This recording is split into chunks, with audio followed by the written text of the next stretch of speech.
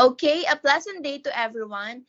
I am Okamura and together with Pabustan, Onofre, Morales, Ojera, we answered the question.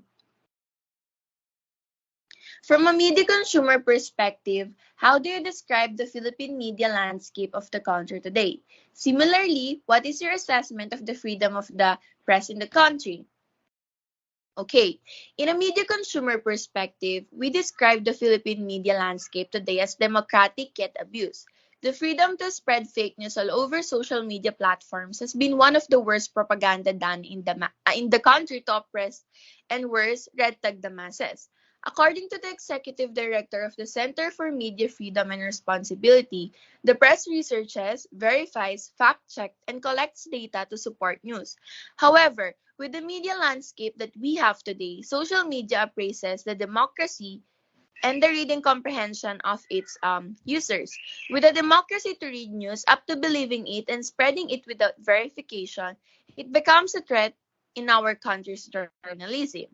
In addition to this, our media consumer in the Philippines is composed of so many journalists with different stand and point of view on the common issues that is happening in our country, especially those issues that are related to the government's policies and regulations, both official and those presumed to be behind the curtain policies that sparks widespread debates that drew different speculations and conclusions.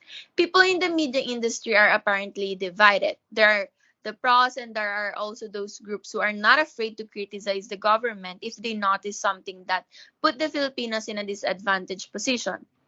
That is the first part. And the second part is the way people accept the work of the media. Some believe the facts, but there are also people who choose to ignore these facts because it will contradict to their belief and admiration to their chosen leader. Also, there are many journalists or so-called journalists in cyberspace who offer sources, whether they are anonymous or identifiable. Everyone has the freedom to distribute news, whether it is true or misleading. Due to how simple it is to post something online, it is no longer verified as before. However, not every journalist has the freedom to share information or facts because doing so can put them in danger because the government has the authority to do anything that it wants. As a matter of fact, our media consumers usually through broadcast media or print media because these are the easiest things to access. Honestly, do we even have a press freedom in the country if those who speak out their voices get something they do not deserve or worse, get assassinated? Let's take the account of Percy Lapid as an example. He was assassinated, the second journalist to be killed under the administration of the Marcos, in which he was a huge critic of the said administration. He was known for throwing critical remarks to the government and what happened. His life was exchanged for the cause of his silence. What else do we have? Red tagging. It is not scary. Ah, I'm sorry. It isn't it scary rather how you just simply want to express your opinion and yet scarily enough you might get red tagged. This is how basically our press freedom works. Unless it benefits those who are in power, then the inequality and injustices preserved.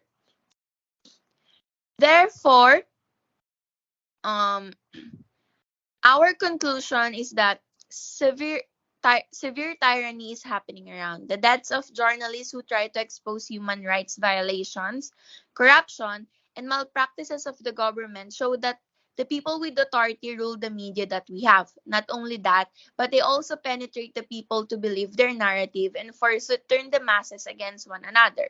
With that, our assessment of the freedom of the press in the Philippines would be inhumane, cruel, and an actual threat to our um, human right. Though despite this, the Philippine media landscape still largely dominated by a limited number of powerful media outlets. This has resulted in a lack of competition and diversity of opinion in the media, which can lead to a lack of objectivity and balance in the news. In terms of the freedom of the press again, there have been some positive development in recent years. The Philippine government has made efforts to promote a free and open media environment and has taken measures to protect journalists and media workers who face threats or harassment. However, still there are many challenges to press freedom in the Philippines, such as threats of violence against, again, just like what I have mentioned earlier, against violence against journalists, and the lack of access to information.